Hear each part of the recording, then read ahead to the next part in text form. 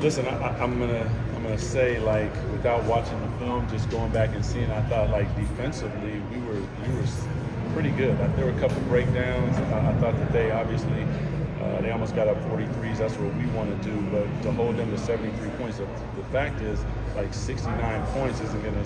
You're not gonna win anything anywhere scoring 69 points. So we have to be better there. And only 24 3-point attempts. Like, it's just not enough. We talk about playing off two, spraying, but there were a lot of guys, like, again, I look at Isaac Jones.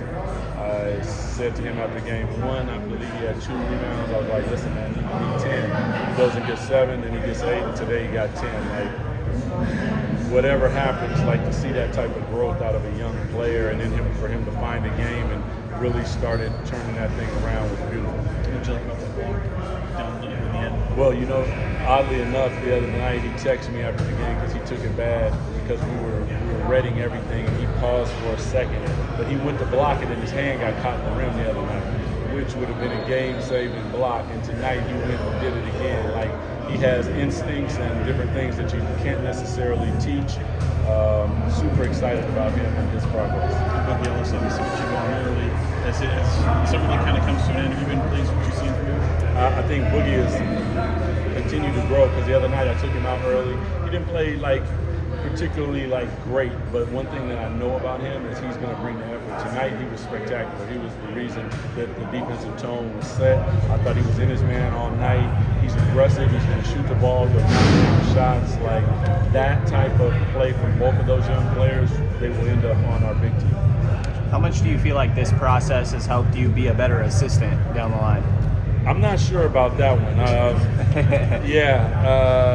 It's an interesting question. Obviously, I think it's going to help me immensely. But what it does give me is a greater respect for what our head coach goes through, and understanding as an assistant coach, time and score to different things, make sure that I'm clear on the things that I'm saying, because it's a lot of conversation and talking going on. Like, you need to be clear with what you're saying, not just randomly saying stuff when you got 30 seconds in the timeout and it's a really heated situation.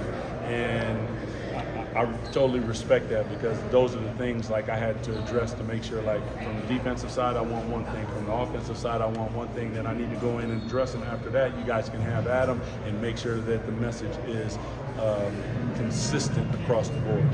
Along those lines, kind of looking at this as a whole, I know you got one more game left, or not equal tonight, tomorrow night. Just how do you kind of sum things up, both positively and negatively, with this group? I think positively, I think that we found a couple players that really have a huge upside for, it'll be in Stockton first and hopefully for our big club. And negatively, like, areas that I feel like I let them down and need to grow. But I came here with the mindset of winning this whole thing. And it just shows you how tough it is to win games, because this team is good enough. The team that we played, the team that I was coaching in Sacramento, they played at an extremely high level.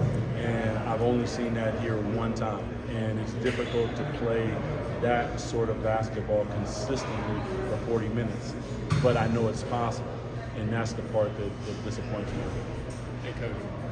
We saw Drew Timme make a couple of really good passes from the high post out there. What else did you like from him tonight? His aggressiveness. And, one day, I think we were leaving Sac. I might have just got here. He asked me, Coach, where can I improve? What would you like to see me do? And my answer to him was, I want you to be aggressive.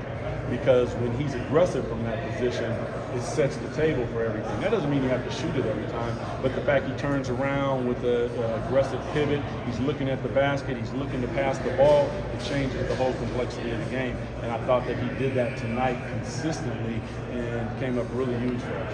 Coach, what about on the defensive end? He drew the assignment of Alex Sarr tonight. Did you have any special instruction for him on how to prepare for that matchup?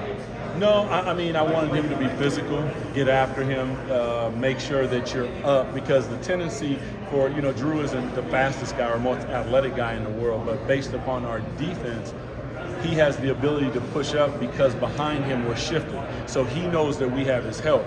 Now, if that help isn't there and they get by him, I said, let me correct that. But you do what I'm asking you to do, and he did that tonight.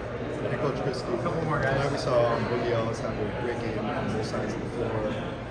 picking up 94 feet and really scoring the ball as well. Where do you think he fits in the Kings culture and this coach? Well, I think more than anything, if you ask Coach Brown, he wants guys that defend, can keep the ball in front of them, so check the box for Boogie. He wants guys that are going to stay aggressive on the offensive end, check the box for Boogie. Where Boogie's going to have to continue to improve is his ability to run a team as a combo guard. And when he does that, he's going to take that next jump. Thanks, everyone.